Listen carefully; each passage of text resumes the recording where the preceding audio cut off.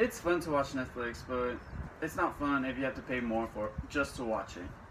Hi guys, my name is Omar Hernandez, and today we're going to be talking about net neutrality, keeping the internet free. The three main points I'm going to hit are, first one, what it is and what net neutrality is about. Second one, how it will affect the education system. And third point, how it affects me and the area around me. So the first point I'm going to hit is, many argue that if the bill passes, then companies will make an immense amount of money to give less internet to the people. In an article by Oren Kerr, a professor who teaches criminal procedure and computer crime law, posted on the Washington Post, states,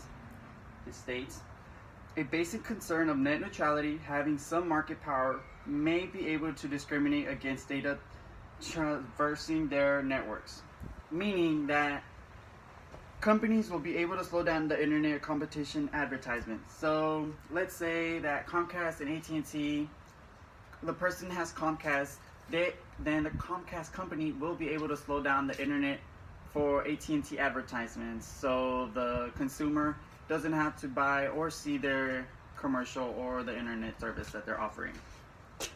And second, if companies make the internet more expensive, then the rise of price and household expenses will become greater for everybody in the US.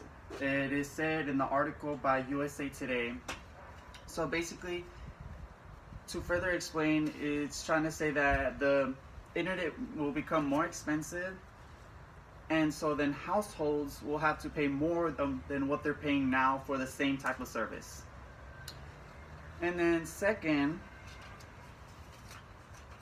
schools in rural areas will have to pay more for the same service of internet, which I think it's not fair, it's not cool for everybody or for them at all. Stated by Sean Kavanagh on the article, will reversal of SEC's net neutrality policy help or hurt schools? Well, I think it's gonna hurt the schools in the rural areas, because he said that there is one internet service that they have and it is provided to them.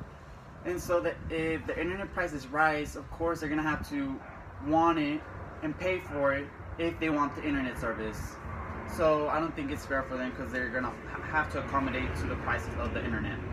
And lastly, I would like to say that me personally, it affects me because I attend Carl Winchie Senior High School, and they're big on the internet, and they teach these CTE courses, career technical education, where most of their material is on the internet. And so if the internet becomes more expensive, then I feel like the school would have to pay more and for the internet and less for these CTE courses. And so all of the information will be obtained by us, but there wouldn't be as much information if they stop paying for those courses. And so I feel like the education system will technically focus more on the internet and less on their education.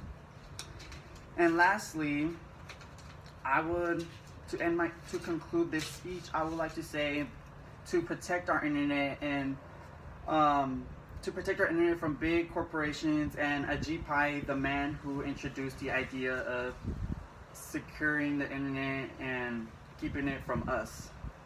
So thank you for watching.